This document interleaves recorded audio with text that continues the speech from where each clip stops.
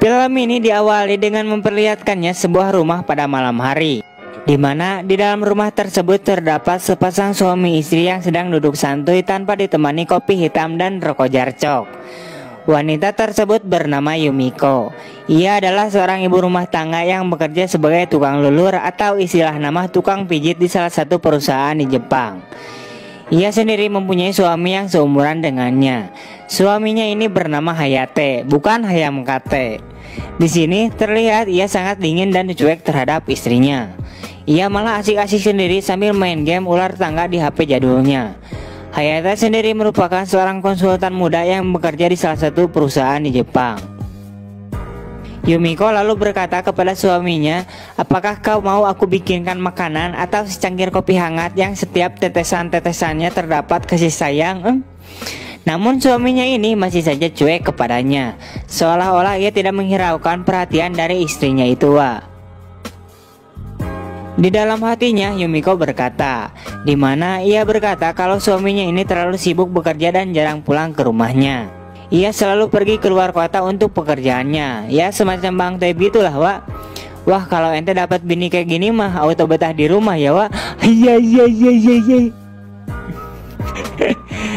Pada keesokan paginya terlihat Hayate yang sedang bergegas untuk berangkat ke kantor. Sementara itu Yumiko yang telah melihat suaminya pergi bekerja, ia malah terlihat bersedih. Sebab ia selalu merasa bahwa dirinya ini kesepian karena sering sendirian di rumah, Wak. Biar gue tahan dulu ceritanya, Wak. Di sini ada pesan moralnya. Di adegan ini kita diajarkan bahwa tidak baik jika keseringan meninggalkan istri sendirian di rumah. Iya. Beberapa saat kemudian, ia kemudian mengundang temannya atau kakak kelasnya waktu dulu masih di sekolah untuk berkunjung ke rumahnya. Temannya ini bernama Hikaru. Di sini mereka nostalgia tentang momen-momen mereka saat masih di sekolah dulu, Wak. Beberapa waktu kemudian, mereka mulai membicarakan suaminya Hikaru. Yang ternyata Hikaru ini telah menikah dengan seorang pria yang dulu satu sekolah dengan mereka berdua.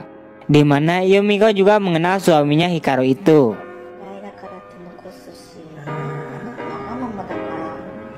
Beberapa hari kemudian, di malam harinya terlihat Yumiko yang sedang luluran di atas kasur kamarnya.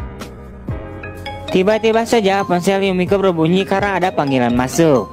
Orang yang menelpon tersebut adalah Hikaru. Di sini, Hikaru berkata bahwa ia akan berkunjung malam ini ke rumah Yumiko. Yumiko kemudian mengiyakan kunjungan tersebut.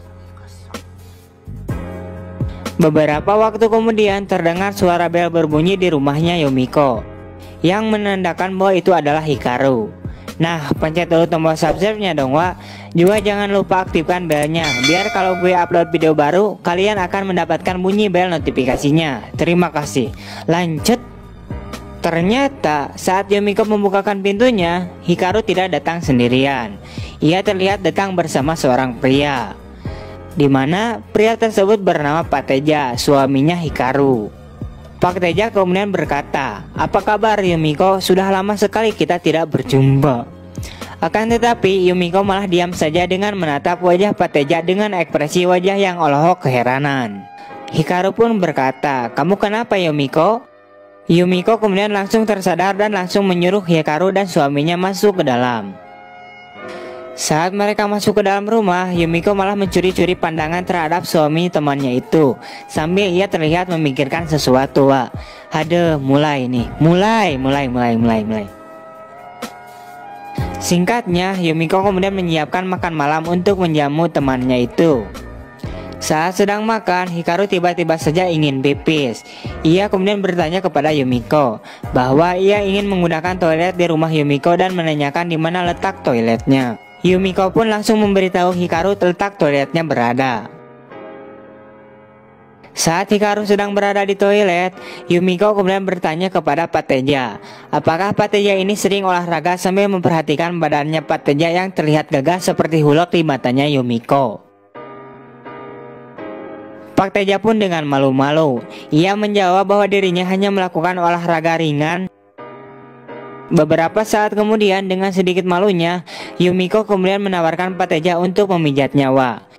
Ia juga meminta nomor handphonenya.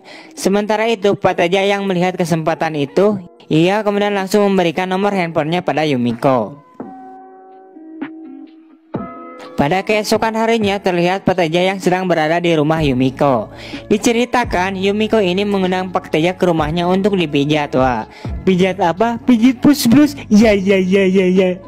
Sambil Yumiko mempersiapkan tempat dan perlengkapan pijatnya, Pak Teja sendiri ia terlihat gugup di ruangan itu. Wah. Saat Yumiko sudah selesai, Yumiko kemudian meminta Pak Teja untuk berbaring di atas kasur dan membuka bajunya. Saat Pak Teja sudah berbaring dan membuka bajunya, Yumiko pun mengambil minyak pijit dalam botol dan mulai memijit badan Pak Teja. Sementara itu, Pak Teja yang tertahan dengan gunung kembarnya si Yumiko, sontak rudalnya pun berdiri dengan tegak dan terlihat oleh Yumiko. Tak lama kemudian, pijit-pijit ini berujung dengan mantap-mantap. Anjay, menang banyak, udah dipijit badannya, dipijit juga rudalnya. Kampret memang. Singkat cerita, setelah selesai bermantap-mantap, terlihat Yumiko yang mengantarkan Pak Teja ke depan pintu keluar. Namun saat Pak Teja ingin membukakan pintu dan bersiap untuk pulang, Yumiko malah meminta Pak Teja untuk tinggal beberapa waktu lagi. Atau pada akhirnya mah terjadilah mantap-mantap kembali. Set dah menang banyak amat, Beberapa hari kemudian terlihat Yumiko yang sedang duduk sendirian karena suaminya masih saja belum pulang. Di sini terlihat Yumiko yang sedang galau karena kesepian. Ia kemudian memberanikan dirinya untuk menelpon Pak Teja. Di dalam percakapan itu, Yumiko meminta Pak Teja untuk datang ke rumahnya besok siang. Wah. Sementara itu, Pak Teja yang merasa mau dikasih jatah lagi, ia pun mengiyakannya. Pada keesokan harinya terlihat Yumiko yang sedang gelisah mondar-mandir di depan pintu sambil menunggu kedatangan Pak Teja. Ia tidak sabar untuk bermantap-mantap kembali dengan Pak Teja. Beberapa saat kemudian terdengar bel rumah. Beberapa saat kemudian terdengar bel rumah berbunyi. Saat Pak Teja datang, Yumiko pun langsung menariknya ke dalam. Saat memasuki ke dalam rumah, terlihat rudalnya Pak Teja yang berdiri dengan tegak. Pada akhirnya terjadilah mantap-mantap di ruangan itu, Wak. Beberapa hari kemudian terlihat Hayate yang udah pulang ke rumah. Akhirnya datang juga si kunyuk ini. Mereka terlihat seperti di awal film tadi, Wak. Di sini mereka sedang mengobrol di meja makan rumahnya.